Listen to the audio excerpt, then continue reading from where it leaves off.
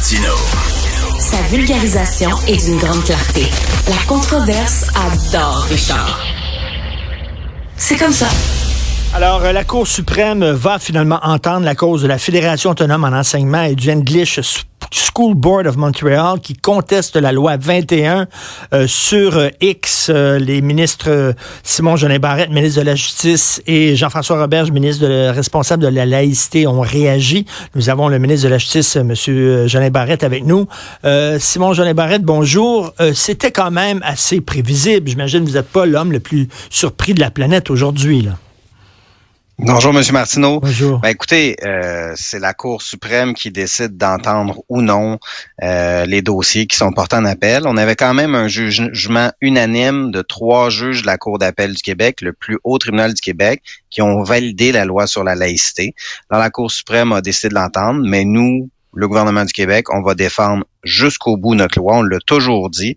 Et cette loi-là, elle est fondamentale pour la nation québécoise, pour la société québécoise. C'est une loi de vivre ensemble, de déterminer comment est-ce qu'on veut faire en sorte que les rapports entre l'État et la religion s'exercent. Pour nous, c'est clair que les employés de l'État doivent donner des services à visage découvert, que les personnes en situation d'autorité ne portent pas de signes religieux, incluant les enseignants et les enseignantes. On a vu ce qui s'est passé à l'école Bedford. Je pense que c'est important qu'il y ait des balises au Québec. Puis la loi sur la laïcité fixe des balises. Puis ça fait partie de nos valeurs, la laïcité. Puis la nation québécoise doit être respectée. Alors, c'est pour ça également qu'on met en garde le gouvernement fédéral de ne pas intervenir dans ce dossier-là parce que c'est un dossier québécois. J'imagine que ça vous rassure que M. Poilievre soit en tête des sondages pour les prochaines élections fédérales, parce que lui, il a dit que contrairement à Justin Trudeau, qui voulait se jeter dans la bataille, lui, il a dit qu'il va respecter l'autorité du Québec en cette matière. Est-ce que vous le prenez au mot? Vous le croyez? Écoutez, c'est une situation qui est hypothétique pour l'instant. Actuellement, c'est le gouvernement de M. Trudeau qui est là. Il y a un ministre de la Justice qui s'appelle M. Virani et on leur dit, mêlez-vous de vos affaires. Le dossier, il est québécois. Et déjà, M. Martineau, les élus de l'Assemblée nationale ont adopté cette loi-là après plus de 10 ans de débat. C'est fondamental là, comme valeur de notre société que l'État et les religions, ça soit séparé. C'est comme ça qu'on vit au Québec. Puis, j'espère que la Cour suprême va comprendre cette particularité-là du Québec. Au Québec, c'est pas le reste du Canada. 2 autres questions, si vous permettez. Premièrement, si jamais la Cour suprême dit que cette loi-là est anticonstitutionnelle et ne passe pas le test de la Constitution, que va faire le gouvernement du Québec? Écoutez, je suis convaincu que la loi est constitutionnelle. Vous savez, l'utilisation de la disposition de souveraineté parlementaire, la clause dérogatoire, ça fait partie d'un compromis historique du rapatriement de la Constitution canadienne. Alors, les provinces, l'autonomie des provinces est garantie par ça.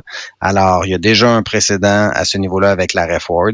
Alors, le Québec va défendre sa loi jusqu'au bout et je suis convaincu que la loi est constitutionnelle. Mais si jamais elle ne passe pas le test de la Constitution? Écoutez, M. Martineau, moi, je suis convaincu du point que la loi est constitutionnelle. Puis je suis convaincu que la Cour suprême va prendre la décision, comme la Cour d'appel du Québec le fait, à l'unanimité, 3 juges. Puis vous savez, un juge de la Cour supérieure du Québec, le juge Blanchard, a validé la loi. 3 juges de la Cour d'appel du Québec ont validé la loi également. C'est une loi qui a été légitimement votée par l'Assemblée nationale. Après 10 ans de débat, les Québécois veulent qu'on sépare l'État des religions. C'est ce qu'on a fait, puis c'est ce qui doit s'appliquer au Québec. Et vous parliez de l'exemple, en terminant, vous parliez de l'exemple de l'école Bedford. Est-ce que c'est un bon exemple à utiliser pour parler de la loi 21? Parce que les gens qui voulaient faire de l'entrisme à l'école Bedford, c'était des hommes, c'était des enseignants qui ne portaient pas de signes religieux ostentatoires. Preuve que la loi 21 ne nous protège pas pleinement contre des gens qui veulent faire entrer la religion à l'école. En fait, la loi sur la laïcité, M. Martineau, c'est pas uniquement le port de symboles religieux par les enseignants, c'est aussi les principes de séparation de l'État et de la religion. Puis les écoles au Québec, les écoles publiques, elles font partie de l'État et c'est justement pourquoi la loi sur la laïcité s'applique également. Alors, on a vu certaines lacunes de la part de la direction d'école à l'école Bedford, des comportements totalement inacceptables de la part des enseignants. Alors, oui, la loi sur la laïcité s'applique et oui, elle n'a pas été respectée en ce cas-là par ces personnes-là. Alors, c'est important d'avoir un cadre qui est clair, comme la loi sur la laïcité, pour définir comment ça se passe au Québec. Cela dit, je pense que cette bataille-là avec la Cour suprême va aider quand même la CAQ, parce que lorsque vous êtes sur le terrain identitaire, soudainement, vous reprenez un peu du poil de la bête au gouvernement. Donc, merci beaucoup, M. Simon-Jolin Barrette, ministre de la Justice du Québec. Merci, bonne journée. Merci, M. Martineau, mais on va toujours être là pour défendre les valeurs des Québécois. Merci, bonjour.